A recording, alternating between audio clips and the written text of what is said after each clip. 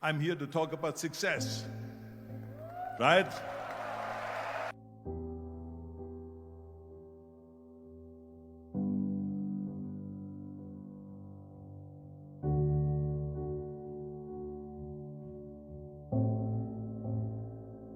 The first rule of success is to have a vision. You see, if you don't have a vision of where you go, and if you don't have a goal where you go, you drift around and you never end up anywhere. It's like you can have the best ship in the world, you can have the best airplane in the world. If the pilot or the captain doesn't know where to go, it would just drift around. It would not end up anywhere, or most likely in the wrong place. So I was very fortunate that I stumbled onto my vision. I mean, as you know, I was born in 1947 in Austria after the Second World War. And I didn't really like Austria when I grew up. I couldn't wait to get out of there. I couldn't see myself becoming a farmer or a worker in a factory or anything like that, even though my parents wanted me to stay there and have a normal life. My father wanted me to become a police officer like he was. My mother wanted me just to stay there and marry a girl with the name of Heidi, hopefully, and have a bunch of kids and run around like the Van Trapp family in The Sound of Music. But that was their vision, not mine. My vision was totally different. I felt that I was born for something special, for something unique, for something big. Do you know how great it felt that I knew where I was going? Imagine the majority of people don't know where they're going. It's when you have a goal, when you have a vision, everything becomes easy. Because remember that in America, for instance, when you study, you will see the percentage of people that like their jobs. 74% hate their job in America. Now, there is not much different when you come to Europe. The majority of people don't like what they're doing because they're really not doing it because they didn't have a goal and they followed this goal. They just aimlessly drift around, and then all of a sudden there's a job opening, so they get that job because you have to work. But then when you work, it's a chore. It's work. It's not fun. So if you think about, only a quarter of the people really enjoy what they're doing in life. That is unbelievable if you think about it. So I felt so blessed that I knew what I was doing. It's like a medical student that studies and knows he wants to become a doctor. You know where to go. So I knew where to go. So people always ask me, when they saw me in the gym in the pumping iron days, they say, why is it that you're working out so hard? 5 hours a day, 6 hours a day, and you have always a smile on your face. The others are working out just as hard as you do, and they look sour in the face. Why is that? And I told people all the time, I said, because to me, I'm shooting for a goal. In front of me is the Mr. Universe title. So every rep that I do gets me closer to accomplishing that goal, to make this goal, this vision, turn into reality. Every single set that I do, every repetition, every weight that I lift will get me a step closer to turn this goal into reality. So I couldn't wait to do another 500-pound squat. I couldn't wait to do another 500-pound bench press. I couldn't wait to do another 2,000 reps of sit-ups. I couldn't wait for the next exercise, for the next half hour of posing and all the kind of things that you have to do to be a champion. And with the age of 20, I went to London and I won the Mr. Universe contest as the youngest Mr. Universe ever. And it was because I had a goal. So let me tell you something, visualizing your goal and going after it makes it fun. You got to have a purpose no matter what you do in life. You got to have a purpose. So that's rule number one, have a vision. Rule number two is, don't listen to the naysayers. Don't listen to the naysayers.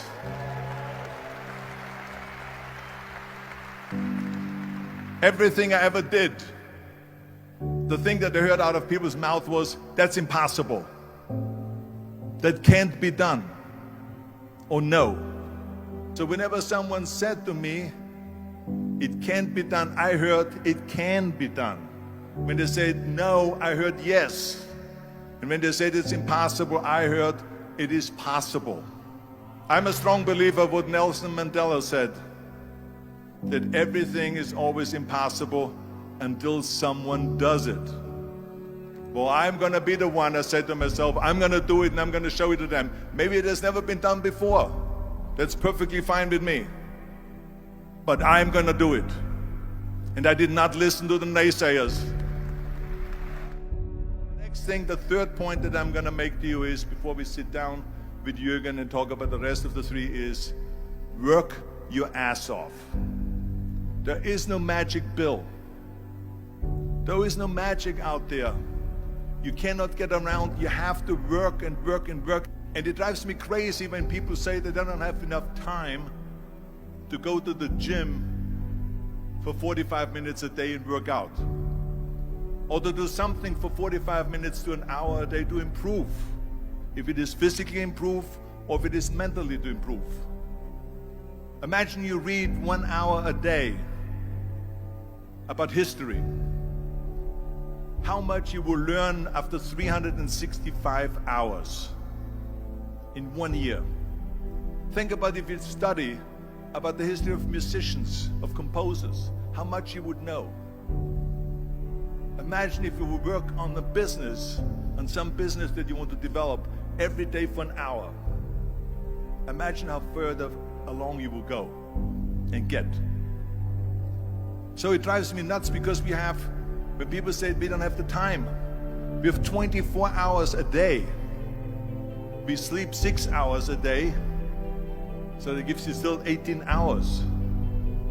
Now there's someone shaking their head out here in front. They say probably, I don't sleep 6 hours, I sleep 8 hours, right? Or just sleep faster.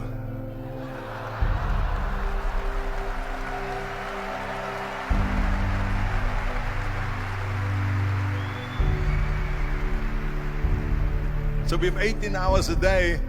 The average person works around 8 to 10 hours. So let's assume it's 10 hours, so we have 8 hours left. Then you travel around an hour a day, maybe 2 hours a day. So now you have still 6 hours left. So what do you do with these 6 hours? What do you do with these 6 hours? Then we eat a little bit, then we schmooze a little bit, talk a little bit to people and all that stuff. But you can see how much time there is available if you organize your day. So you got to work hard. I mean, let me tell you something. When I went to America, I went to college. I went and worked out 5 hours a day. And I was working on construction. Because in those days in bodybuilding, there was no money. I didn't have the money for food supplements or anything. So I had to go to work. So I worked on construction. I went to college. I worked out in the gym, and at night from 8 o'clock at night to 12 midnight, I went to acting class 4 times a week. So I did all of that. There was not one single minute that I wasted. I became very friendly with Muhammad Ali in the 70s. And Muhammad Ali worked his butt off. And I saw it firsthand. And I remember that there was a sports writer that was there in the gym when he was working out and he was doing sit-ups. And they asked him, how many sit-ups do you do? And he said, I don't start counting until it hurts. Now think about that. He doesn't start counting his sit-ups until he feels pain. That's when he starts counting. That is working hard. And so you can't get around the hard work. It doesn't matter who it is.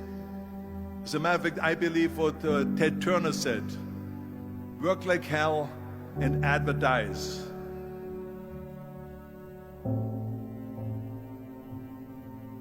You get it? Work like hell, go to bed, and early to rise, work like hell and advertise. So you work your ass off, and then you let the world know about your work.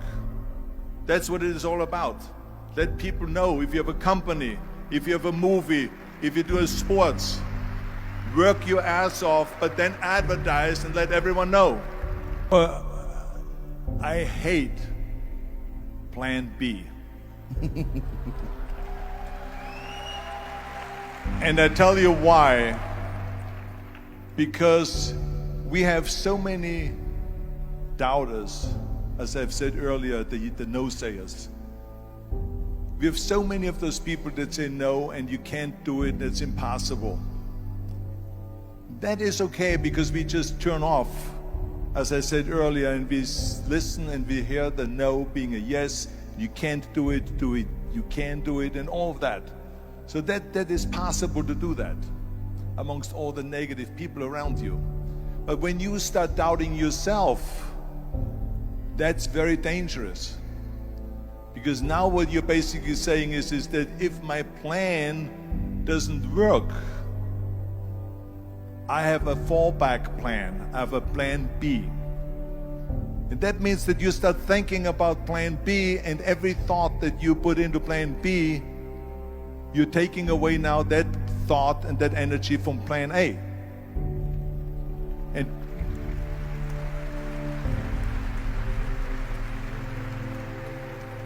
And it's very important to understand that we function better if there is no safety net, because plan B becomes a safety net. It says that if I fail, then I fall and I get picked up and I have something else there that will protect me.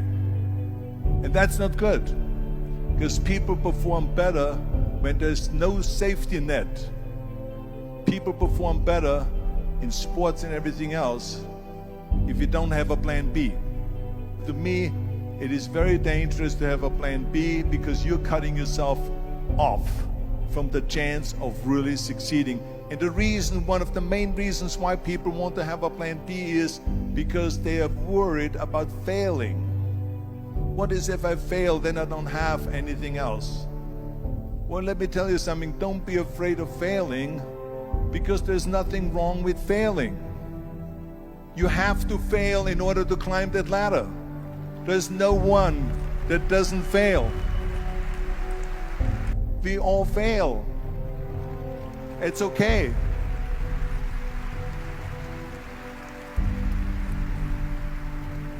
What is not okay is that when you fail, you stay down. Whoever stays down is a loser. And winners will fail and get up, fail and get up, fail and get up. You always get up. That is a winner. That is a winner. Hey, we all lose. We all have losses. This is okay. And this is why I say don't be worried about losing, because when you're afraid of losing, then you get frozen. You get stiff. You're not relaxed. You got to be, in order to perform well in anything, if it's in boxing or if it is on your job or with your thinking, is only happening when you relax. So relax. It's okay to fail. Let's just go all out and give it everything that you got. That's what it is all about. So don't be afraid to fail. This is one of my 6 rules to success. You can only feel complete as a person if you think about what can you do for your fellow member around you that maybe needs help. I felt like that. Everyone has a different motivation why you get into that. I was an immigrant going to America, and I saw how America was the most generous country in the world. I mean, they opened up their arms to me, they helped me, they invited me for Thanksgiving dinner. The people, they brought me, the bodybuilders in the gym brought me plates to my apartment because I had no plates, I had no silverware, I had no bedware, I had no pillows, I had no blanket, I had no TV, I had no radio, I had nothing. They brought it to my apartment. They helped me. And I saw that firsthand, this generosity in America.